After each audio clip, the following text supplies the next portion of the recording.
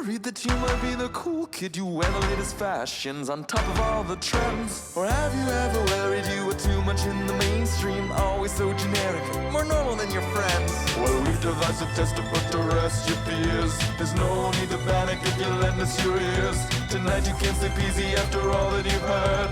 Cause if you like the show, then you're probably a nerd. Oh, Canon, it's Canon, it's all.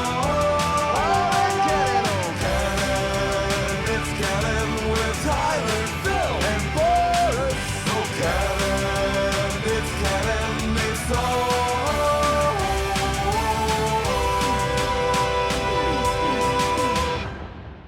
in Canon. It's Monday, and you know what that means. It's time for a new episode of the It's Canon Podcast, the podcast where we talk about all things geek, the podcast where we talk about all things TV shows, movies, video games. Basically, if it exists in this world, we will talk about it because it's all in canon. We're your hosts. I'm Boris. And this week, we've got a full house. I'm joined by Phil. Hello, everybody. We are back. We are back. We have one more person. Exactly. We do have one more person. Into the spotlight. Back is Tyler. Hey, Tyler. No, that can't be true. No, not here. Obviously a mistake. By popular demand. Or any demand at all. We're someone's demand. I don't know. I don't even know where I'm going with that. But Tyler, how's it going? It has been a weird one. For those who might have not seen, my province was on fire, and then it flooded, and now it's okay. Kind of, maybe. You know, I laugh at this stuff. Just because We basically turned... It's ludicrous where we're at in the world. Like last week, Ontario, downtown and surrounding areas, shit show, absolute shit show. New York looked like it was freaking Blade Runner 2049. It was absolutely unreal. So we just like our fireworks. We've been living in the apocalypse. It was actually very funny because I'm at the top of a hill, and then there's a valley, and then there's another hill, and it was literally bottom of the valley, smoke. Far side of the valley, smoke. My house, blue skies. Jeez. That's amazing. Well, it was so funny, though, too, because it was so overblown by the media. It was like the only story we had here in Toronto, like the GTA. So, like, air quality index is terrible. You can smell the smoke. Everyone will die. Everyone must stay inside. Here's my issue. It smelled for like half a day. It was okay, but the air quality was bad. Like even I felt it in my baby lungs. Yeah. But here's the problem that I had with how the media was covering it. It's bad because of fires. But let's not look into why all of this is going on. Let's not look into why it's actually bad. Let's not offer up any solutions. But, you know, let's get Smokey the Bear out there again. You know, only you can prevent forest fires. Let's not look into the warmest winter in history, the driest spring in history, the fact that agriculture is being informed they're going to be able to grow figs, oranges, and olives here because we don't really have winter anymore. None of that can have anything to do with the fires. None of that. Nah, that's beside the point, Tyler. We get fruits, tropical fruits. I mean, I am growing a fig. We just don't know how to brush the underbrush of the forest.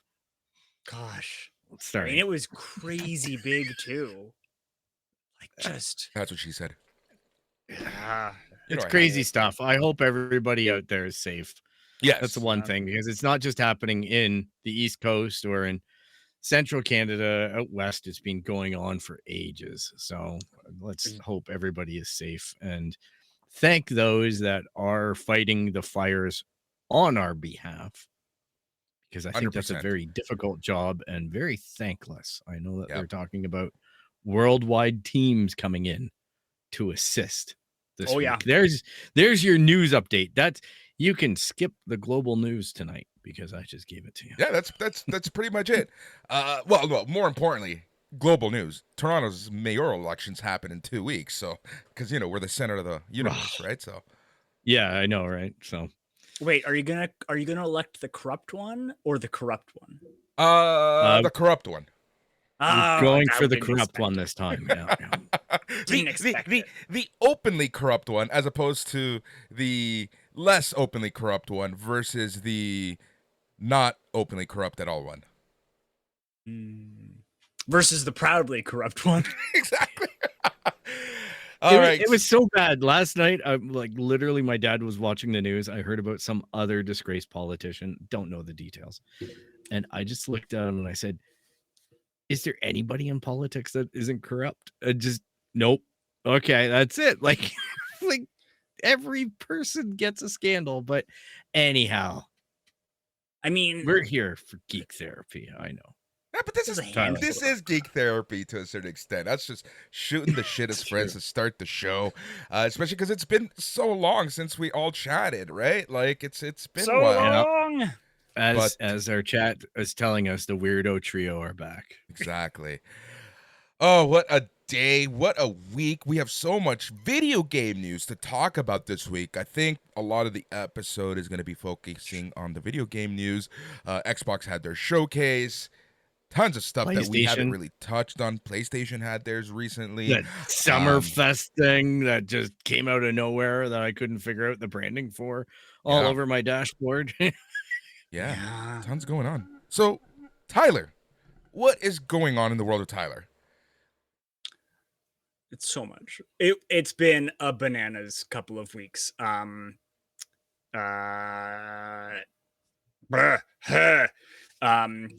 One of my biggest clients has been like it's a tabletop game company, got in a fight with Graham Linehan and is now banned from at least one of the biggest tabletop conventions in the UK. So right. A pile of my royalties have disappeared. I got voluntold/appointed to be the community liaison for Annapolis Valley Pride, which is why I missed last week, because I've been having a lot of meetings with people who are very serious and important. And I'm just like, hey, can you give me some money? Hey, can you help out with security? And between all that, I've been playing a lot of Tears of the Kingdom, because that's a fantastic game. Yeah, it's really good. It's really good. Even though it's not a sequel.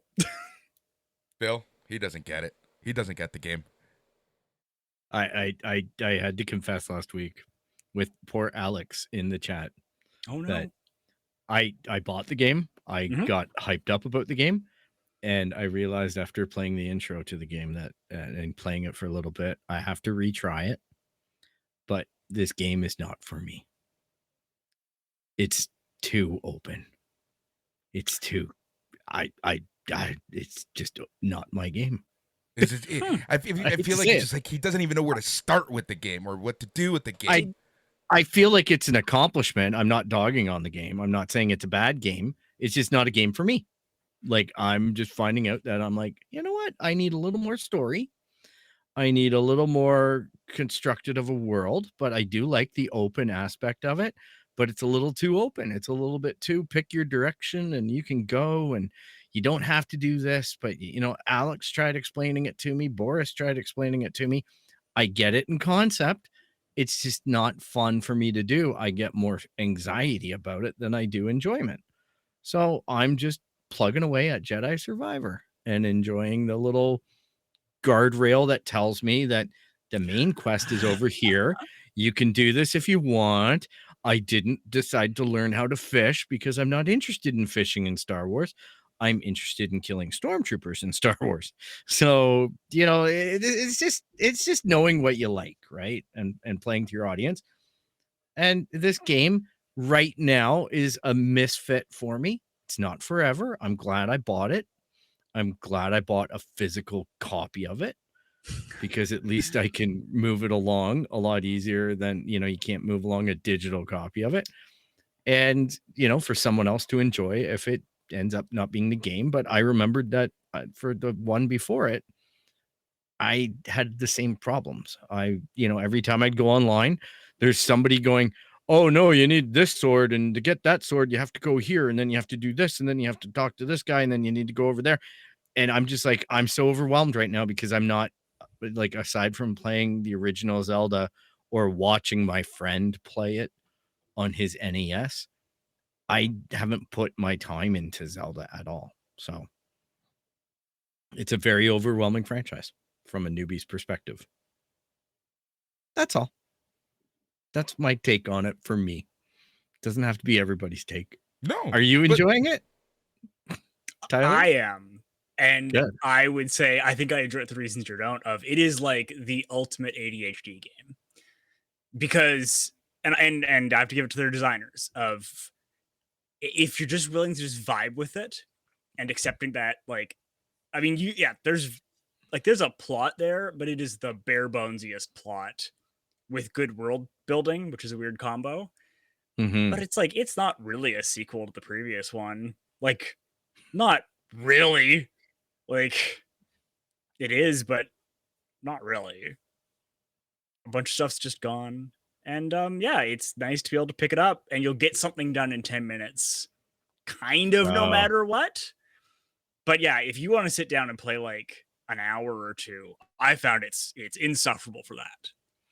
I find that the way I'm playing Jedi Survivor, and that's sitting really well with me, is I go until like a minimum play would probably be about 10 to 15 minutes until you hit the next meditation spot. And then a longer grind might be I hit 3 or 4 meditation spots. You know what I mean? But then I finish all the puzzles, I do all the stuff, and I'm just tired. And then maybe I have to go onto YouTube to figure out something that I've been staring at for the past 20 minutes and just like falling to my death or whatever. And yeah, I'm enjoying that game a lot more than, like, just as much as Fallen Order, I guess, which is fine, you know. It's I want to hear more about what you're doing. So you're playing the new Zelda. What else? Oh, what else? I also I had a breakthrough, and I've just decided I'm allowed to put like weird indie games and like simulation games on easy mode. I've just decided I'm allowed to do that now. I didn't for years. But I'm too old. I'm too old. This is Yes! so funny. And to be fair, like I still play EU4. Like I still play other games, but sometimes I get a game and I always start on normal. And I figure it out, but at some point I'm just like, oh, okay. I understand. I don't care enough to keep putting that much effort in. Yeah. There we go. I was literally showing my friend Lydia yesterday. She dropped by and she wanted to see the game. Like she was like, oh, you have Diablo 2 on PS5. And I'm like, yeah, I got thrown in on something. So she's like, that was the last video game I played. But I'm like, okay. And she goes, what does it look like now? And I go through and I create the game really quick. And she's like commenting on the fact that I chose the easiest mode. And I'm like, I'm old now. When I play a game, I play it to play it. I don't want to sit here and have to figure out the timing of a parry. And you know what I mean? Like, not that you do that in Diablo, but particular Jedi Survivor. I play it on story mode. I don't care. I just want to go and slash crap up. And I don't want to have a Dark Souls experience in Star Wars. Like, it's that simple. It's so funny that you say that, Phil, because we were talking about this last week, right? The whole... We just want to enjoy the video game for the video game. Sometimes video games can be a little too overcomplicated, a little too difficult. You just want to play the game, have fun, because video games are supposed to be fun. Remember that. And, you know, I've debated it. Just going into story mode for some games, but I just can't put myself there. But I'm like a step away from doing it. And I was having this conversation with friends over the weekend, and it's happening more and more and more where people don't want to like put hours into a game for absolutely no reason. They want to play the game to enjoy it. They have limited time now because of families and real life and other stuff. So they just want to play the game, and the fastest, best way to do that, and that 1 or 2 hours they have before bed, is to put it on story mode or the easiest mode or whatever that is. Yeah, you paid a lot of money for that game. You want to experience it. You don't want it to sit there for 3 weeks while you figure out how to parry that attack from that monster. No fun. So I have to ask, at what point is this show going to be rebranded the Geriatric Geek Podcast? I mean, I thought that was 8 years ago. I mean, you know, jump in for a second. I will say, and it's just me being weird about like liking to see what the intention was. I always start the game on whatever the recommended is, whether it's normal or I think I'm on the second hardest for Survivor, I think, and I'm enjoying it. Yeah. But I will say, I also hate when like the easy mode is not properly balanced. Because there's some games easy mode is just like, yeah, okay, Survivor is easy. press Like, X. Yeah.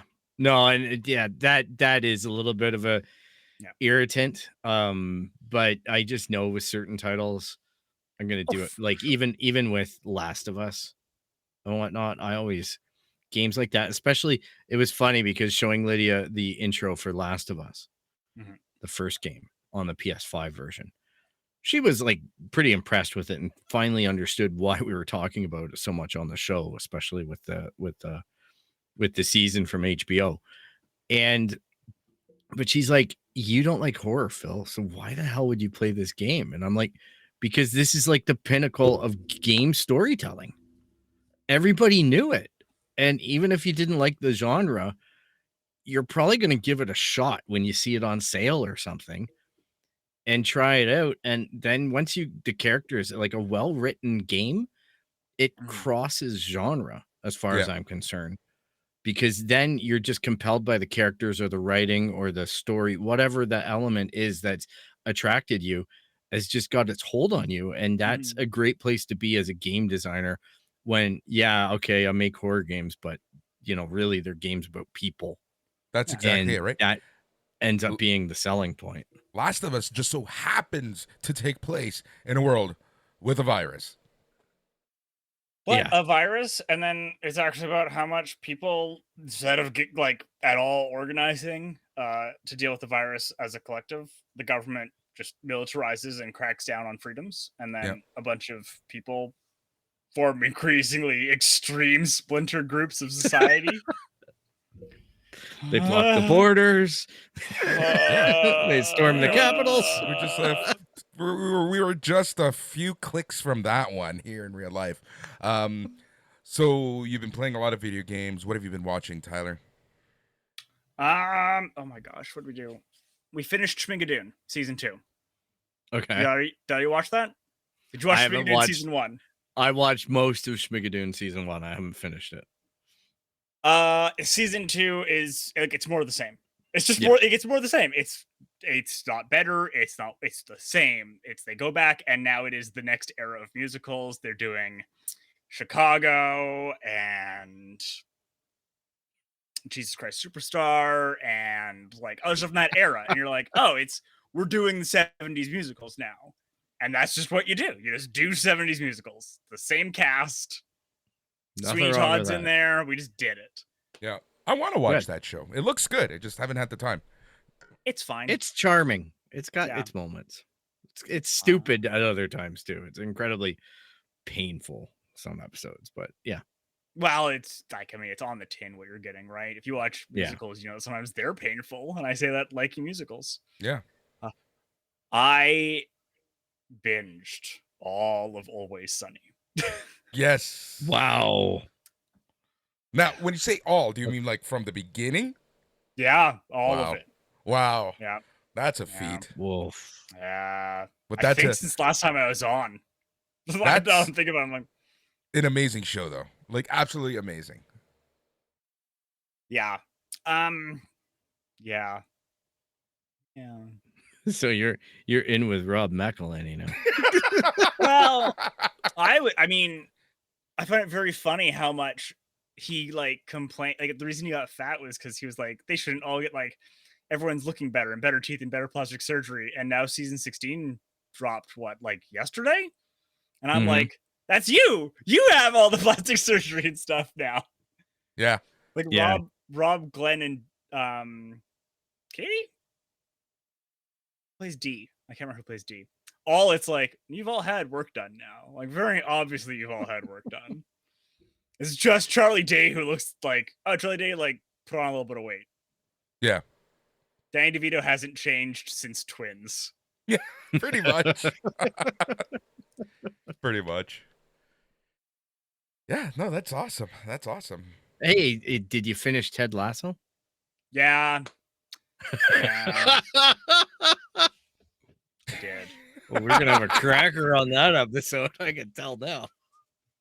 It was. I mean, I just think season 3 was like it was just a lot worse. Like it wasn't bad, but it went from being one of the best things ever made to like, oh, that's it.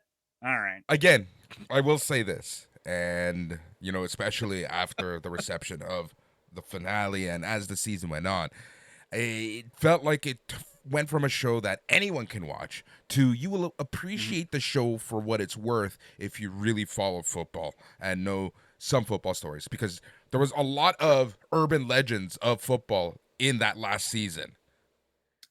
And here's the thing, though. Here's the thing, though. That to that point, if it was better written or better done, I don't know what the term would be, anyone would appreciate it, right? Not just people who follow football.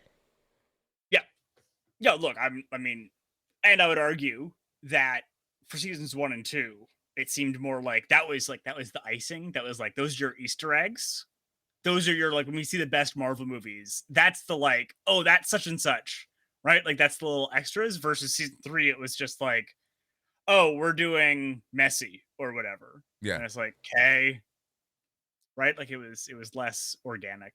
Yeah, that's what I mean. There were some things that felt forced. We're going to still record an episode going over the entire series very soon. It's going to be one of those episodes we have in the can when we fall into one of those Mondays where it's like, do we really want to do this? Do we really want to do this week? But we'll be doing that at some point soon. Phil, I know you watched a shit ton last week, including Spider-Man. Oh yeah, I watched the new Spider-Verse thing. That was interesting. My goodness. Now, don't get your hopes up. I didn't go to the Dank and Moist. Yeah. Oh no. I found this online. Uh-oh. And yes, it was not the most reputable of sources. It actually was pretty good visual quality.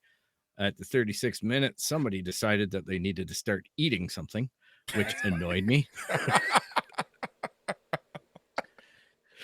But the audio overall was pretty good. I enjoyed that movie very, very much.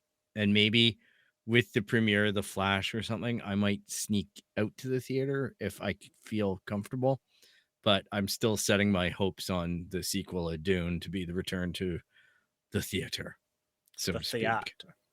Have you But seen... yeah, I watched that. I watched Brad May in Italy on Amazon Prime. I binged that this week. Or James May in Italy. Sorry. Yeah, James May. The guy from Grand Tour and Top Gear. Oh yeah. Yeah, I like him. I think he's a good chap. So I've been watching a lot of different stuff that way, but Spider-Verse was really good. I enjoyed that very much. It was one of the few sequels that was as good, if not better, than the first movie, in my opinion. Yep. And I can't wait for the third one. Like, honestly, I was overwhelmed with how many cameos and everything that was in it. Like, they jammed a lot into that movie. A lot. Yeah. If you're a Spider-Man fan. Have you had a chance to watch it, Tyler? We had to cancel our tickets for last Thursday, actually, for opening night, and we're now seeing it this Friday. Nice. You have lots to look forward to. I've heard, and I've been doing the old bob and weave to avoid. Yeah, that's why I knew Phil wouldn't spill anything, so that's why I kind of asked him. Well, I was through the panic of like any noise. I'm like, I know. No. I want to watch Transformers. I really do. I've heard very good things about that. I really do want to watch Transformers. Really? Yeah. Okay.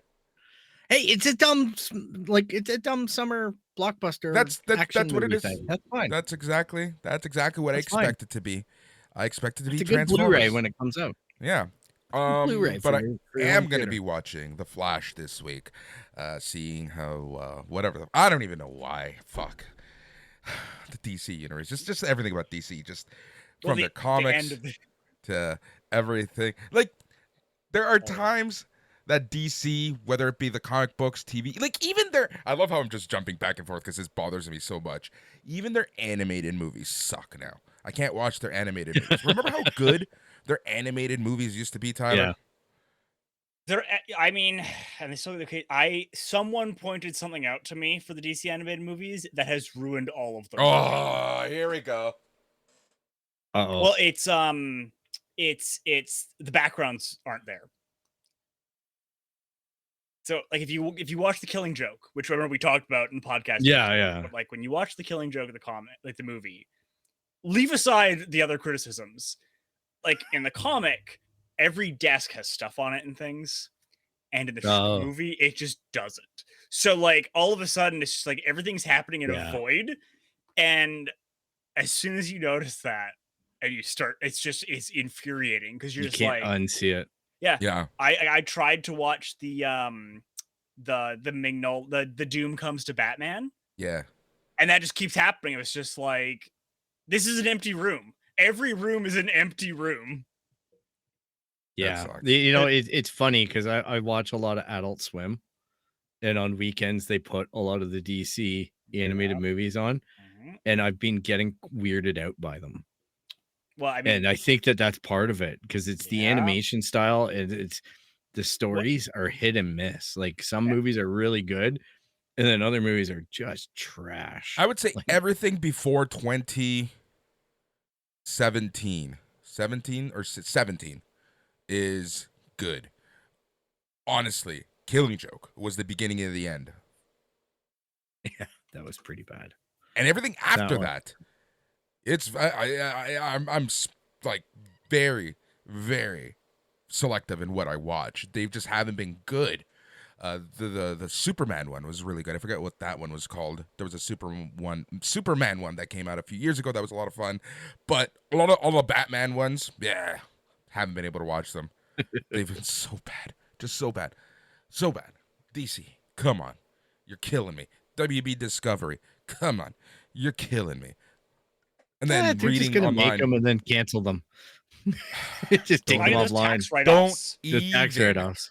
I know we were talking about that last week about the whole tax write-off and how that's ultimately screwing the writers and the whole name change from HBO Max to Max, and how a huge reason for that is because the contracts are HBO contracts. Which is, I mean, this is a separate thing that, like, a lawyer friend of mine, he kind of pointed out that if we let stuff like this keep happening, it's going to result in some it results in some insane things as a result. For example, of like, oh, we just don't owe you royalties because we created a shell corporation and sold that with all rights. And it's like, cool. This is ludicrous. But I always thought, because like even like my contracts for stuff is this entity and any entity based off of this entity. Yeah. Is that just like missing? Is that language missing from these contracts or negotiations or what? Well, I mean, partly is Disney and a couple other big corporations have asserted that they don't have to buy the obligations with anything. Which, I mean, I'm trying to simplify, which is it is a legal theory. It is a one that if you allow it to continue has bananas rights. And this is the same issue that resulted in a lot of people not getting royalties for MCU or DC movies for ages, right? Well, we didn't buy the obligations when we bought the assets. And that's weird. Part of it is, you're right, Canada has a little bit stronger rights on that, and part of that is how we deal with moral rights. And part of it is, this is how Alan Dean Foster got screwed out of Star Wars money. Not similar, but not quite. Yeah, but in principle, like of buying the property and not the obligations. Yeah, that really stood out. Yeah, oof.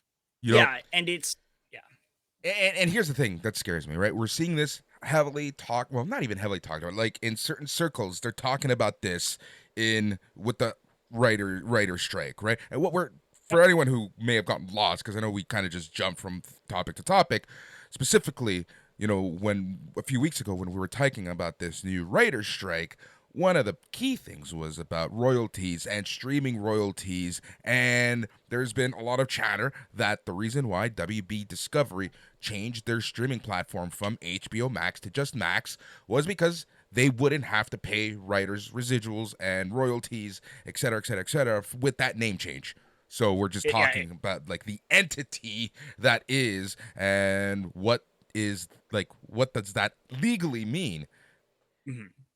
And it might be a little more, like, I don't know the specifics on this. It might be a little bit more complicated in that, like, their clause, like their contract might include a clause that's something along the lines of like, we'll pay you X rate for anything on HBO. With the idea being like HBO is their paid service, right? Of HBO is the paid cable channels. And if we put it on other platforms, we'll pay at this other rate. And then they might be claiming this is a new platform, right? Because and roughly that contract is not uncommon in television, right? Of you'll get X royalties on initial airing, and then when it goes into, oh my God, what is it called? Syndication. Thank you. When it goes into syndication, you get this lower rate.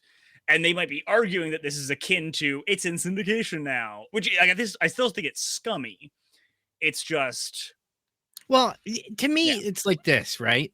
I have a little bit of a problem with it in that separation, because I go, all right, in the past, maybe corporations were guilty of like these entertainment corporations were guilty of, okay, CBS has a show, it's on their main network. Then they decide, you know what, we're going to put this show now, we're going to move it to a different night, and we're going to put it up against a different, other corporation, other entertainment corp show, but we're also going to move it to CBS too. Yep. So therefore, now we're on to a different rate. We're doing this. We're creating that entity. We're renegotiating this contract, or, reclassifying this. But it's like scummy as crap to sit there and take the subscriber base that's on HBO Max and then rename it to Max and say, oh, hey, it's different now. No, it's not. It's the same people paying for the same service, going to the same place for something that just had the name changed. They're I not don't even understand turning the channel. In this case, when we're talking about legal entities, sorry, Tyler, and it's this, as a subscriber, if my subscription just naturally goes into Max, then it's the same thing. I can answer this. Yeah. Okay. You're right. It is the same thing. And the court might even agree with you. What the difference is they have made just enough of a legal difference that they can get past what's called your first hearing. So basically, anytime someone wants to sue someone, they get to do like their first instance, and the other person can just be like, dismiss this. It's not a case, right? If I went to the court and I'm like, I'm suing Phil, and they go, why are you suing Phil? And I'm going to go, because ice cream is too cold. I'm allowed to file that because, they can't make a decision in advance. But then the judge goes, get out of here. This isn't a case. This is like, it's dismissed. And, that's a lot easier to do. That's a lot cheaper. And what they've done here, my argument would be, is that they've changed it just enough that a judge could not do it in summary judgment.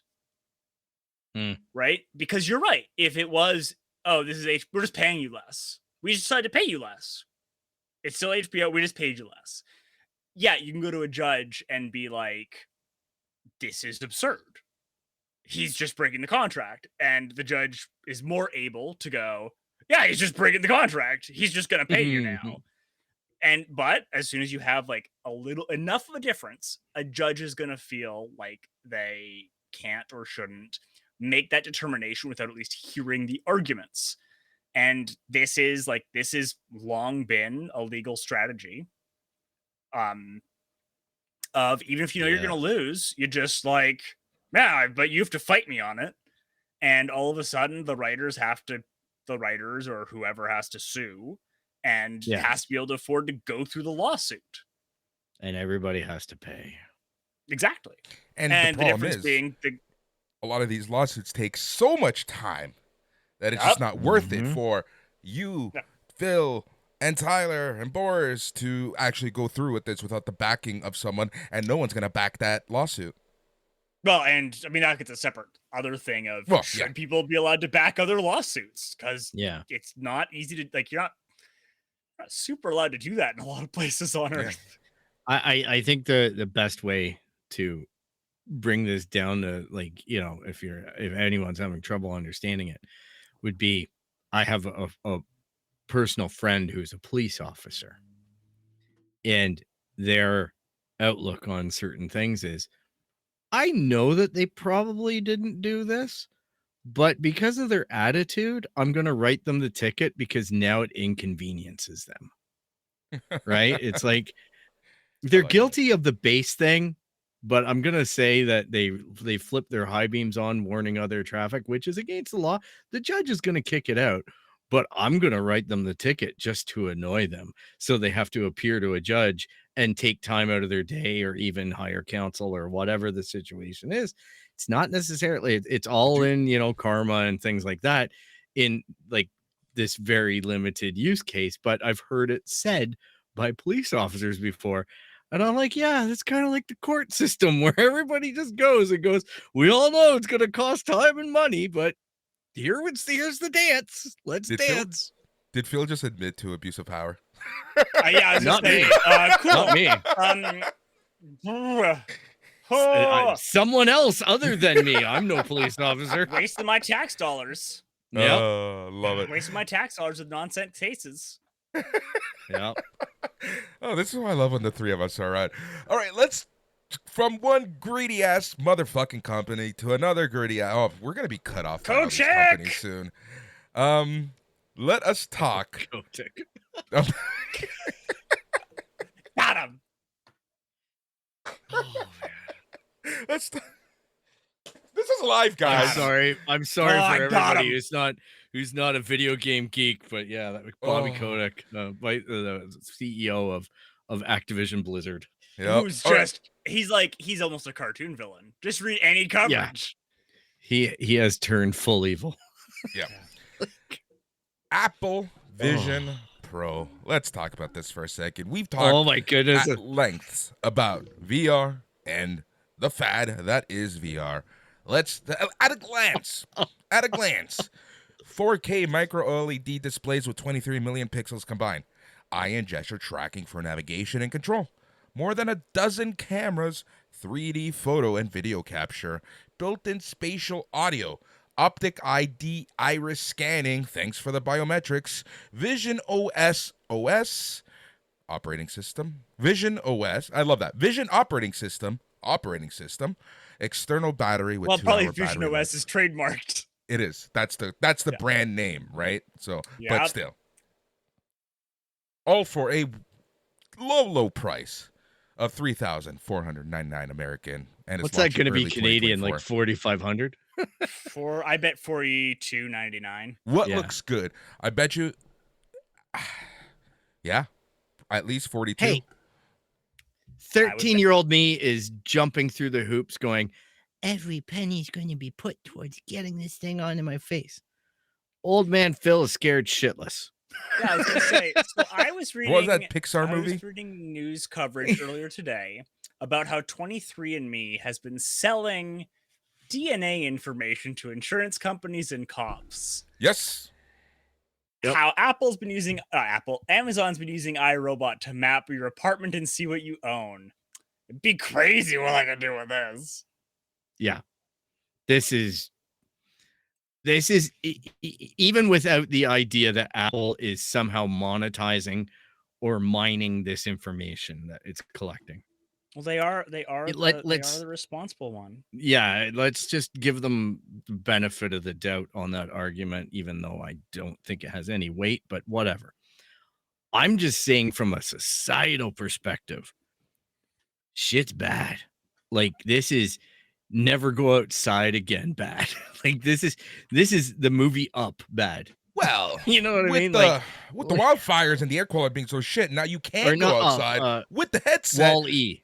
Yeah, Wall-E. That's the one. Yeah, Wall-E. Oh, it's just Ready Player One, man, in a box. Just here, downfall society. Here's your oasis. Except that people could afford that. Yeah, it's even got creepy ass shit where it like lightens up so you can see the person's eyes when you're in their field of view in real life. Like, holy cow. The only reason why I was like jumping up and down going, oh, this is kind of cool, is because it was like a square nut shot to Zuckerberg and Facebook and the metaverse. It was like Apple just coming to this thing and going, okay, children, are you done with your billions now? Here come the big boys. This is how you do it. I mean, I was going to say, I thought Apple was just looking for a tax write-down. Need a way to, like, get some more transistors. Oh. Yeah. What's interesting is that in no detail spec do they have the weight of this device. That goes to show you something. Yeah. I mean, it's like looking at the Tesla Semi, and they don't have the weight of that. Yeah. Or they don't have the, what is it? They don't have the haulage Cybertruck capacity. No, no, with the Semi they were pitching for a while, and it was like, wait, this will haul 10% of what a Semi can haul. Are we talking about the Tesla Semi? Yeah. The one that was like apparently just marred with issues left, right, and center and design flaws everywhere? Yeah. Yeah. Oh, yeah. No, I'm saying they did the same thing, though. Like, look at all these numbers, and it's like, what's its haulage capacity? And they're like, don't worry about it. Like, that is an important piece of information. Yeah. If I'm running a logistics company like Pepsi or whatever, because let's just face it, Pepsi ain't, you know what I mean? They're shipping the product more than they're creating it, and that shit's heavy. I mean, honestly, I think it's garbage. I think it's Google Glass. I think it's remember like it has a strong possibility. Wearable, was it TikTok or Snap? No, the Snapchat wearable goggles stuff. Glasses, yeah. Google had them. Snapchat had them. But this literally segues into my question, and Tyler, this is a question for you. It's Apple. Sure. Apple has been able to take technology that so many other companies have made. Other companies haven't been able to make popular, and Apple being Apple have been able to get the consumers behind some of their products.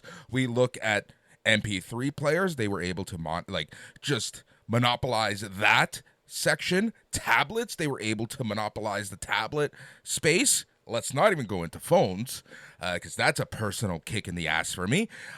So, with wearable technology, is Apple going to be the company to make this viable, to make this, the consumer friendly? Is this going to take off?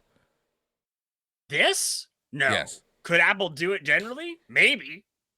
But this? No. This is trash. This is Google Glasses all over again. We said the same thing about Google back in the, not we, but people said the same thing about Google back in the day. Like, Google Glass is going to be the future. You'll see. And it's all of like, no, it's not. We all got rid of them. Apple's also made plenty of missteps. The Newton. Yeah. The iPad Shuffle with one button. Yeah. Oh yeah, they've had their missteps. But I think you're right about the idea that this will probably get more resistance and pushback in some early adopters. But the fact is that most corporate IT environments don't even really support much Apple anyway. So I don't even see the business case scenario for this being really strong, other than certain niche developer type stuff, right? Like animation, stuff like that. There are avenues and whatnot. I know there are some places that do it, but I'm just saying by and large, corporate America mostly uses, different stuff that doesn't play well with Apple. I was going to say, but that's exactly I know they're right. By and large, a lot of corporate IT still doesn't say yes to Apple. And to me, that's like one of the funniest things. They're working on it. They're working on it. It's been a decade. It's been since 2007 that they've been able to do, they've been selling to consumers, and they can't get that corporate IT yes. What's taking so long? I know what's taking so long. You know what's taking so long. Yeah, I'm not going to say it. Right? No, because that goes into what we don't talk about on this show. So we'll see. I'm interested to see with Apple, because it's Apple. Yes, you guys are right. I speak the urban legend, the myth that is Apple, the grandeur company that can do no wrong. But the reality is they do have a lot of missteps that a lot of people do forget about. But I do think I personally think it's trash. But I just have this weird feeling that out of all the wearable technology that you see out there, Apple being Apple somehow they're going to release this version that's super expensive, and then in a year and a half, you're going to get the mini that's actual affordable. Okay, I have a question for you. For both you guys. Do you think that the Apple Watch is successful? I mean, I think it's not as successful as they wanted. Yeah. Okay. Right? Because there are different measures for success, right? Yeah. We can look at plenty of video games that we would consider successful. They made their production cost, they made their production and marketing cost, but they didn't make as much as they were supposed to. And I think the Apple Watch qualifies as that. I think that I would argue, based on what they wanted it to be, I think it was a misstep. Yeah, I would agree. I think that they did a lot of great things with the watch. Sure. I think that they made it a viable marketplace where others have struggled, but I don't think that they're as successful as they wanted to be. I think they wanted further penetration in terms of volume of numbers and with numbers of wrists that it's on. And I think they also were very aggressive in trying to pursue the diabetes game with it, of being able to measure blood sugar levels accurately, which they were never able to properly do with this device and whatnot. Like, I think there was a lot of ambition around it and a lot of leaks, but I think they're going to face the same issues actually with when they go to market with the car, right? Like this Google car or this Apple car that we keep on hearing about, where I just think that more and more that I see Tesla and its stumbles, I just realized that some of these tech companies just can't do what other companies do in certain industries, right? Well, especially when it's like vehicles and the complex things like that. It's harder to, it's taken 100 years for Ford and all these other companies to do what they do. And I refuse to go across the street to my neighbor's new Tesla because I don't want to be the guy that sits there and goes, how come the paint isn't right on these two panels? How come these don't line up? And just kill this guy's $100,000 car. You know what I mean? Like, on just fuck, man. But Phil, let's take that. No, like, let's take that thought and go into the video games. Remember when Sony and Microsoft went into the video game space? It's like no one wanted to initially trust them, right? It took years for them to get that consumer trust because everyone trusted the Nintendos, the Segas. Well, not really Sega, but you know what I mean. I was going to say, they also bought a lot of companies. Yes, that's exactly it. So now let's move that same thought. And we're talking 100 years of confidence that people has in the Ford, in and those American companies, right? So I do think that from a consumer level, it is going to take a lot more for them to, quote unquote, trust an Apple or a Google or even a Tesla to a certain extent, right? So going back Apple to going back to the Apple Watch. So again, don't know what the market is in terms of actual numbers, but in terms of market share, they have 43% of the market share of wearables. Watches. But what is their real competition? That's exactly it, right? Fitbit and then it fragments. Yeah. Right. I'm like, you're comparing with Fitbit, which half of their wearables are like, it doesn't even do half of what the Apple Watch does. You know what? Hey, their competition is the previous version of that Apple Watch. Watch. You know what I would argue the competition is? Cell phones. Yeah. We don't the watch does not actually add that much more. Like, that's the issue, and you know what? If I'm gonna wear a watch, I'm gonna wear a watch that doesn't need to be charged every day. And doesn't right? It's hard enough charging the phone every day. And remembering to do that. And looks cooler. Yep. Right? Like I mean, that was my biggest thing with the Apple Watch, right? Is the iPod, like the first one, and then the iPhone looked cool. Yeah. And this looks like almost like in a little kid's game when you break something and it's just two of the smaller thing. It just looks like they took an iPhone and it was like, yeah, here's half an iPhone. Yeah. Yep. I agree. It looks well, to me, I'd much rather go and spend my money on a Fitbit, but I'm an Android guy. I'd go buy a Fitbit for a reasonably discounted price around whenever they have aggressive sales on, compared to playing the Apple game of paying $600 for the device that I basically just got more features on for 130. You know Not what I to mean? mention Like, all maybe not. how much you have to pay Sorry. for all the apps. Yeah, and exactly. And I just look at it and I go, maybe it's not quite as nice of a screen, but I do get a lot more bands. I do get a lot more third-party accessories via Amazon now. Like, there's so many game changers out there in terms of the marketplace and consumers' access to the marketplace, But the biggest, which I'm sure do exist for Apple Watch too. the biggest issue with the marketplace and, a lot of this wearable technology is just being in the environment of a Google or an Apple, because you get half of the features. I don't quote me on that, but like you get a small percentage. We're out of our element here.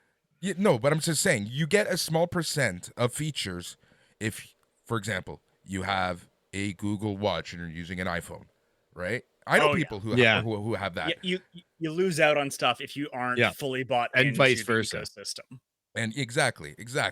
So that's that. It's a conversation that I'm sure we're going to be having a lot as Apple. Hey, but it does relate to the video game thing in the sense that Google and Apple are kind of like Xbox and PlayStation or Sony. Yeah, they're Microsoft and Sony. They're disruptors, and they're in various marketplaces. And it's funny, right? Because like we've seen, well, Apple hasn't really stepped into the video game world, but we've seen what Google has tried to do. So speaking of video games and the marketplace, GameStop has fired their CEO, Matt Furlong. The company announced as part of its first quarter 2023 earnings on Wednesday, no immediate replacement, though board chairman Ryan Cohen has been appointed executive chairman, the company said in a short release about Furlong's firing. Cohen, who founded the e-commerce site Chewy, has invested in a number of meme stocks, including GameStop, Bed Bath & Beyond, blah, blah, blah, blah, blah, blah, blah. So more change in the world of GameStop. Bed Bath & Beyond, they're doing super well. Well, there was a time where Bed Bath & Beyond like jumped a ton that a lot of people made big money on, including Ryan Cohen. He's like the patron saint of the super stonk crowd. Yeah. Oh God. Right? Like that's what he is. He's like one of their patron saints. If you go check out the super stonk, or I can't remember what the GameStop subreddit for the holders of that is called now, but they are weirdly obsessed. So here's a question. We've talked about this, but it's been a very long time since we talked about this. So it's kind of funny because like a lot of analysts think that it was Furlong's just hard on with NFTs that was like the final writing on the wall. But going to GameStop and their business model, at what point, and we might already be past that point, because if you walk into a GameStop now, what they sell you, what's available is very, very different. At what point is GameStop going to become a pop culture store as opposed to a video game exclusive store? I know, but I think we're going to be seeing that shift happen more and more and more. I think GameStop's not going to necessarily be the place where you buy physical video games anymore. I disagree on that count. I think 100% you're going to be able to keep doing it, but I think that it'll be. You know what you'll be able to buy? Content. You'll be able to buy the coupon for the digital version of the game. No, I don't think you're right in that one. I think it's going to be a lot like a lot of comic book stores. Where comic book stores, a lot of them, like you both know, their rent isn't paid by comics usually. Mm-hmm. Their rent's usually paid by Magic. Yep. But they can't get rid of the comics because part of it is that's your lodestone. That's your touchstone. Yep. And I think that you're right, Boris, that they're already these catch-all pop culture stores. And I don't think the margins on video games aren't great. But they never have been. And I think that part of it is they just know that a new Legend of Zelda game or a new whatever gets people in the store, and some of them buy other stuff. Yeah, and especially with the timed releases, right? Like how many times, Legends Phil? of Zelda cases and everything like that. That's literally how many times, Phil, do you walk in to GameStop, pick up a video game, and you walk out with like, 10 Funko Pops or whatever. I don't go into the store anymore for that exact reason, because I found like all they did was create artificial pressure on things. Whenever a customer started asking about Funko Pops, then it was like everybody were gathering around. They go, "Oh, that one's really rare, and that one, oh, that one's hard to find." And they're feeding you this information. You don't know if it's right or not, and you're just like, "Oh, okay, yeah, I was kind of curious about that. I'll take this." Yeah, I'm done with that now. Just See, like I think a video that's game. I think that's bad for the. I think that you're right in that is bad for the company, though. I think that's a bad tactic because it's short term and you alienate people. But I also think that, like, look, if I was, I mean, the old CEO's plan was insane. Like, Yeah. the fact that he didn't get laughed out of the room, I think, is an indictment of modern finance. Because he was like, we're going to be able to buy and sell digital game, like your used digital games. We're going to create a market for that. And it's like, why? Like, why would Nintendo let you? Why would Steam let you? Yeah. There's just no way to do that. Well, that's the And thing. especially with the marketplace being like it is. Like, I'm sorry, but I can go on 1 month and I can go, hey, you know what? There's an aggressive sale on the Sony store for Gotham Knights, $30. Yeah. Okay, I'll Well- pick it up, $30. I go over to Xbox and I go, it's $79 there. Ha ha ha, suckers. Right? I'll go, I'm just gonna play it on my PS5. Then the next month I go to the Xbox store and it's $30 on there, and I go, too late, got my money over there. Like, The the counterpoint game only being- has value of the lowest Yeah. price. The other side Like, being that back catalog, that's part of the value add for your PS Yep. Plus or your Yep. Xbox Live. And, the third part being like EA, especially, and some of the other like Nintendo and some of the bigger companies, like, as soon as they open that, even if they were somehow they got along more, they kill their own sales. Cause like, how many of us bought Mass Effect again? Yeah. Yeah. How many times have we each bought in Mass Effect? Yeah. Yeah. Like, More or than- another game that's like right? Because like I first had it for the Xbox 360, and I don't have an Xbox 360 anymore, but I still want Yep. to play Mass Effect. When Mass So I Effect have 3 it for came out, PC. I rebought it for PS because that's what I was playing at the time, and they just got released at once, right? Exactly. Right. Well, And 2 if and you 3. can all of a Even- sudden buy and sell digital games. I even bought You the legendary edition with the patch. Yeah. Exactly, I'm right? shocked that the video game companies, Nintendo, Sony, Microsoft, don't somehow try to get rid of a GameStop and those type of Oh, they've been stores. working on it. Like, Yeah. if you want to have fun, just read Mark Rain's rants on it as CEO of Epic Mega Games. Like, I also would argue part of it is they want to keep around a GameStop they want to keep GameStop around, not because they like GameStop, but because they need to be there to be someone who prevents the only company they're negotiating with being Walmart. yeah, Walmart and And- Amazon. No, And but yeah, Walmart, Amazon. You keep a 'cause you think about- GameStop, and I just thought of this. You get rid of the mom and pop shops, because even Microplay, I considered Microplay a mom and pop shop, and as soon as GameStop came around, they were done. Hey, I I think still there's- got one in town. Yeah, I was you're gonna say, lucky. I think there's 6 left, and they're not all owned by the same people Yeah. anymore, which Nope. is weird. No, Like, 3 of our them are owned by one GameStop. guy, and Yeah, our GameStop is a beacon of retro gaming. It is Oh, yeah? a retro gaming mecca. It Yep. carries all the other stuff. You can go in and get all the pop culture crap and everything, and all the Yeah. games, tabletop games, everything, Cards Against Humanity, all the stuff you can get there. And I will go into their store. Oh, yeah. Because if I just want to do a clean transaction for the game, they are all about it. No bullshit. Like, okay, Yep. here's your game. Get the hell out. Like, go have fun. Come I back. mean- Let us know. Bring it back. Because they're buying it back. Like, here's the thing, right? I recently sold my Xbox Series S to a friend.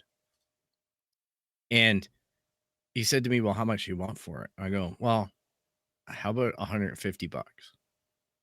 And he goes, that's pretty good. And I'm like, well, that's how much I'd want to get at EB if I was getting, which is GameStop, on a good trade into something. But I know that when I looked at the receipt, I'd probably only get $50 for that console in reality if I just went cash. And I'm like, their business model was just inflate. Like, Keep you there. buy as back well. the used game for Yeah. $2, resell it have for 20, and that's what they had to do, right? Yeah. It's like, I mean, I would argue what I think they should do is they should go the Forbidden Planet route, right? Like Forbidden Planet is a sizable company, and their touchstone is comics. But like, if you're EB Games, you have this pre-existing logistics chain. You already have people come in. Like, why are you not stocking comics? Why are you not stocking manga? yeah, they did get into Lego for a little bit. Yeah. And into action figures, because I was getting a lot of Hasbro Black Series action figures there. Well, they still have a bunch of them. But I think part of it is, I think a big part of it is they are like, because of the carrying, how much the debt the company as a whole is carrying, and how much they're getting a lot of investor attention, and a lot of both meme investor attention, and a lot of like market makers are paying attention. I think that a big part of it is also like the stock market would eviscerate them for just being like, you know, we're gonna revamp this because we're gonna stock some graphic novels, we're gonna stock some stuff like that. Maybe get into like, we'll start to do comics, and they get eviscerated because the stock market's gonna be like, that sounds dumb. But yeah, I think the other side would be like, think about how many of them are near Cineplex. How many of them are near, like, are in middle America or middle Canada, near the mall at the edge of town, and it's going to be the only place people can go in a lot of those places. Yeah. What's interesting to me is the fact that EB, Electronic Boutique, GameStop, whatever you want to call them, they haven't doubled down on tabletop games. Yeah. I think the issue is, I think that's actually the converse of what I was talking about there. Is the issue is tabletop games take a ton, so much space, and all of their stores are just that one size, and they don't have the, and they're packed to the rafters. Yeah, because they got plushies and do not have the room. Yeah, because the other side is board game people are amongst the most, like, what's the word I'm looking for? The most mercurial people of like, they come in for Catan and you don't have Catan. They're not coming there for the expansion. Yeah. Yeah. You're right. And as well, there's a lot of stuff. Like, I remember going into certain game stores and getting interested in the Star Wars Fleet game. Oh, yeah. And just seeing the amount of models that were being generated for it. And I was just like, my Audi's an innie now. I'm gonna go run. Like, but that's from the store's point of view of how much dead stock you can end up if you back the wrong. Oh yeah, and then it's just like the Funko Pops, $2.99. Well, I mean, when I was working at the Dragon, I was going through back catalog stuff, and we had like Warhammer minis from the 1990s. Wow, just because, like, with the lead. Yep. Yeah, you go into any old comic book shop. My God, the gold that you can probably find that's worth nothing, but it's there in back stock. Crazy. Yeah, man. You know what we need to talk about at one point? Meme stocks. It's been a while since we've done a good stock show. I was thinking lead poisoning. I've heard Dan Olsen might be releasing a 3 hour YouTube video in the next couple of weeks on it, so we might be in trouble. Well, he might beat us to it. And it might be like, oh, just go watch what he said, because he did a 3-hour documentary. And that's the show. And it's free on YouTube, I guess. Go to see Dan Olsen. We can put it in the can. Exactly. All right, so let's talk about the Xbox showcase, because we love to not make fun, but Sony has been ahead of the game, it seems, right? With the showcases, and Nintendo as well. And you knew that it was going to come, but it happened this past weekend, and oh my God, was a lot announced. Phil, when you sent that list, like, I knew of a lot of those games, but it didn't actually click just how many games are gonna be released in the next little bit. Well, and that just list, October. That list is the end of the year, and it's for everybody. Like, it's but still, for Sony, it's for Xbox. Yeah. And look at what was just released. We had Street Fighter 6. Tears of the Kingdom. We had Tactica. Star Wars. We had Diablo 4. Like the amount of fucking games that have been released. Like, Final Fantasy 16 coming yep, later this month. That's this week. F1. That's this The week. Yeah, Horizon F1. DLC. So let's talk about what was the major announcements from the Xbox showcase. And I think the big one, at least for me, was Fable. Yeah. I was right. I was doing a joke. It was Fable. It's Fable. I was doing a joke. I didn't expect that. Why? I don't know. That was gonna be Starfield or something. I have zero connection with Starfield. Oh, it's being telegraphed. Like, I don't know It why does look cool. they needed it. It looks fun, but Yeah. I don't know why they needed to drop a trailer for it when they were doing an hour-long showcase for it afterwards. You know what I mean? Like, I'm just like, what the heck is going on? Why are we talking about Starfield already? What's funny I'm just like, ugh. is, so I knew this was going on, right? But I was so busy on Sundays. Sundays is the radio show day. So I only see social media, right? Like, and very little of social media. So when I saw a random picture, I didn't know what it was, but like, that looks like the IT crowd's Richard Ayoud.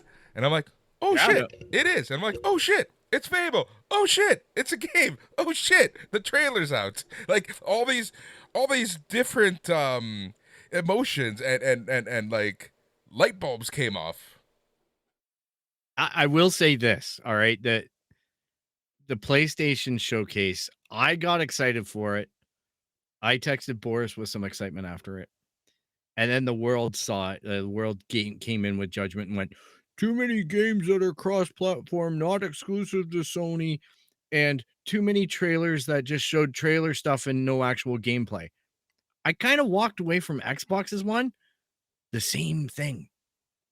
I'm sorry, but the Fable thing was a trailer. It had no gameplay. Oh, 100%. Yeah. Like, I have no idea other than, okay, Fable's back, other than, okay, my car company is making Fable, and they made a really good trailer, which I'm still not convinced because Playground Games is not known for making this type of game. Sure. Could be awesome, or it could be a train wreck. I still have no clue.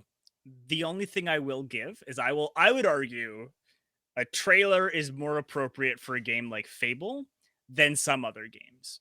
Fair. Solely because so much of Fable is that tone. Yes. Yeah. Right. And they got it. They did get the tone right. Yeah. But the biggest takeaway that I had for the showcase overall was that a lot of the cool stuff was cross-platform anyway. Yeah.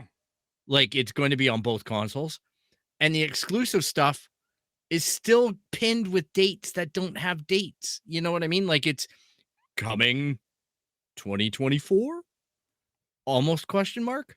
You know what I mean? Like, it's just like they kept on telegraphing that Forza Motorsport 7 or whatever they're calling it, right? The next motorsport game was going to be out spring this year. Then they moved it to summer. Now it's October 10th. Like, this thing's being moved 4 times. And you know, it's Microsoft. They moved Halo Infinite 1 billion times. They moved Starfield already 1 billion times. Like, nothing's for sure. Right? Like, I'm just like, comes out. Nothing's for sure. It's just, Question. It's hard to get excited about these events other than there's lots of base and lots of people talking that are making promises that they will not stand beside when the crap hits the fans with the gamer crowd on social media when they come forward. Yeah. I'd argue we did get one promise that I can almost guarantee will be fulfilled. A CD Projekt Red, probably. No. I can promise. Don't that even talk about that Ubisoft because I have a will, joke in about that. fact- Go ahead. I'm doing a joke. I'm doing a joke about it. I can guarantee Ubisoft is gonna deliver us a Star Wars game that is just Assassin's Creed. It's just Assassin's Creed with Star Wars. I just And look, watched. Star I Wars watched the Outlaws? gameplay. I watched the gameplay trailer today that they and you're right. I'm just like, this might be the first Star Wars game I don't want to play because it's a stealth game. But it's a space, guys. It's I mean, Star I was Wars. about to say, I mean, I'll probably get it when it gets marked down a bit because I don't mind the Assassin's Creed games. Like, there's a loop there that I'm fine with if it's not if it's not Valhalla size, because the problem with Valhalla was just like, oh, I have to do a minimum of 40 hours to understand what's going on. No, thank you. Yeah. I'm too old. No, with this Outlaws game, I'm not upset that it's a female protagonist. I'm not upset about all this other crap that the internet seems to be rebelling against. I'm just like, I just don't know that they're going to be able to land a game that isn't monetized to crap, that doesn't somehow try to tie in some kind of whatever the digital crap, the stupid token stuff and everything, where they're like, oh yeah, unique to you, you can auction it off now. Well, just stop Ubisoft being Ubisoft. Like, you're ruining video games. I'm really happy that you got your hands on Star Wars. I'm really happy that you're trying something, but it just, you know, it went from a trailer that maybe had potential to a gameplay trailer that looked to me like, yeah, this isn't going to be for me. Are they trying something though? They're just doing Assassin's Creed again. They only make 2 games now, I think. It's Assassin's Creed in space. Yeah. To add on to Assassin's Creed, but guns. And laser swords somewhere. Right? Like, no, they do 3 games because they do the Anno series. Oh, yes. Which it's like me and 4 other people play. Oh. I'm like, yes, I will optimize trade routes.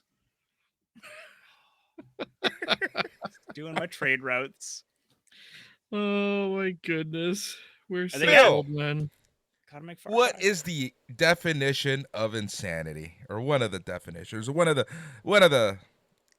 you know where I'm going. Doing the same thing over and over again, trying to and expecting a different outcome. Cyberpunk 2077 Phantom Liberty gets a trailer and a release date.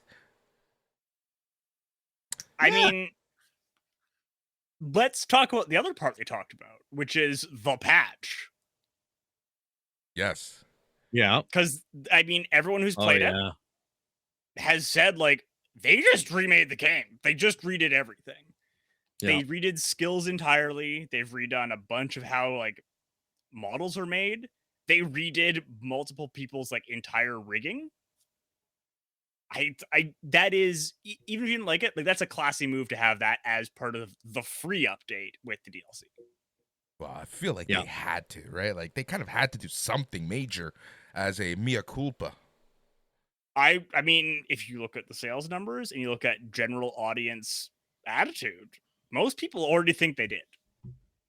Like, more people, especially fans of the game, are more pissed. This is the only DLC. Yeah. The number of people who are super excited, who are like gung ho about Idris Elba, who are gung ho about some of like the quest design stuff they've done. I you know, if you look at the sales numbers, I don't understand what anyone would be upset. I'm gonna buy it. I'm looking forward to it. I'm looking forward to jumping into that game and giving it the good, you know, the good run from the first get-go. The issue is it's a meme percentage. It became a meme. It became a joke, and people just remember it as that. They don't take a step back and actually see what the company has done, what the company is selling, how good the game actually is. It became a meme, and everyone made fun of it in mid to late 2020 when it came out. And I agree with you, Phil. I'm actually, Alex, you're listening. Give me the fucking game back, because.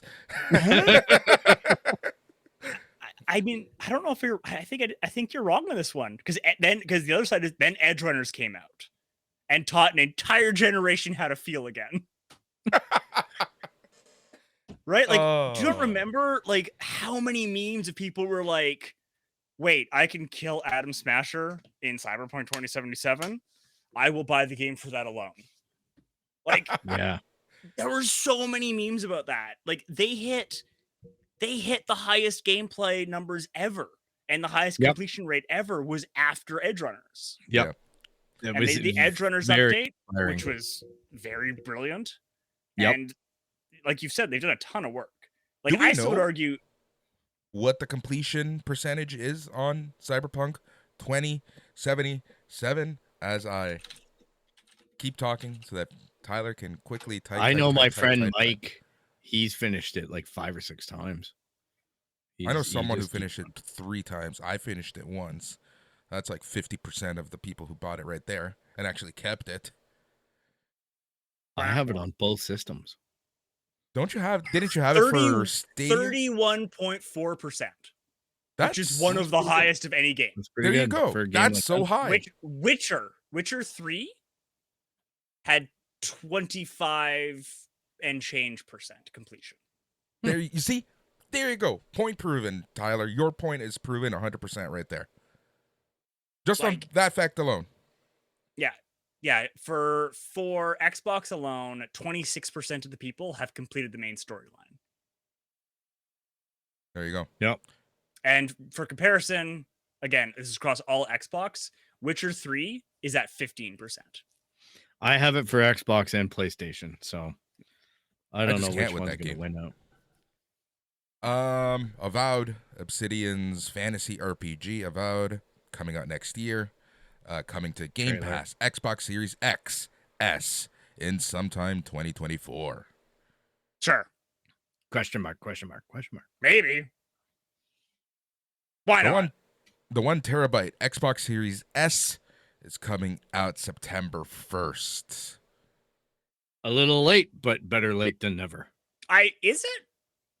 I mean, 1 terabyte still seems pretty small for like this late in the game. Yeah, but it's better What's than PlayStation 5? 512 it comes with.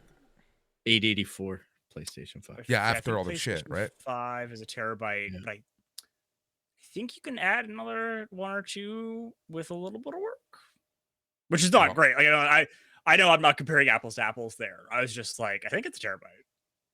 Hey, they're both expandable. You can expand the PS5 with a more over-the-counter price appropriate, but apparently Western Digital are bringing out cards for the Xboxes. Yep. So there are options. We talked about Starfield already. South of Midnight was revealed. This looks interesting, actually. Yeah. From Compulsion Games, South of Midnight, blah, blah, blah, blah, blah. Ubisoft Star Wars. No, Ubisoft Assassin Wars. Star Assassin. Star Assassin. Creed. Star Wars. Assassin Wars. Creed. Forza there was another one that looked like, Forza Motorsport. Yeah. October. Didn't show any real Revolution. Clockwork Revolution, a new game from Ainzile. Coming out. I love this. This is my favorite quote. And I'm using air quotes for those of you listening to the podcast version. If you are listening to the podcast version, you should catch it on YouTube. And we're live each and every single Monday. And that's in due time. In due time, yes. Not even going to try to put a date on it. Of course not. And I don't blame them for doing that. But it's hard to walk away from these events going, oh man, got the money burned in a hole in my pocket. No, the games that list of the end of this year are games that were telegraphed to us. Yeah. You know what I mean? Like it's just a big Christmas dump, right? Of hype. And we're going to get the pockets of this industry is getting so cyclical. It's nauseating. But a game I'm actually looking forward to is Payday 3. I like those games. Yeah, they made it look like an games. action game instead of a more toned down heist game. It would be interesting to see actual gameplay. I really liked the Payday 2, but I felt done. I feel like I'm done with that kind of game. Yeah, I felt done with that game, just with all the heists in GTA 5. See, that's fair because I didn't have an online crew for GTA 5, and I did for Payday. Oh, I did for GTA 5, and yeah. Life Imitating Art, Fallout 76 Atlantic City expansion is coming soon. Capcom's Path of the Goddess. It's always weird to me. I always forget that Capcom actually makes other games that's not Street Fighter and Resident Evil. Well, they also have to make that. They have to do other games to build the character list for like that Capcom v SNK. Yeah, is this the one with the guy naked on the beach? Yes. Okay, they completely ripped off Devil May Cry's opening when they relaunched Devil May Cry a while ago. I was going to say they had the guy naked. It's Capcom. Is it a ripoff or an homage? Yeah, I know, right? And it's just like the crab walking, and I'm just like, yeah, they did the same thing in Devil May Cry, and I'm like, you already made that joke, guys, and you just made a trailer about that joke. Like, wow. Yeah. Still Capcom. Wakes, exploring an abandoned oil rig. That kind of sounds like that game that just got remade, Deep Space. What was that called? But Oh in yeah, an Deep oil Space, rig. yeah. Dead Space. Dead Space. Dead Space. But in an Yeah. oil rig. Dead Space oil rig. There's so much. Dead rig Deep. space oil. Deep Dead Space oil rig. Ooh, Deep Dead sounds like a very different thing. That Deep sounds Dead- like something you don't want your mortician doing.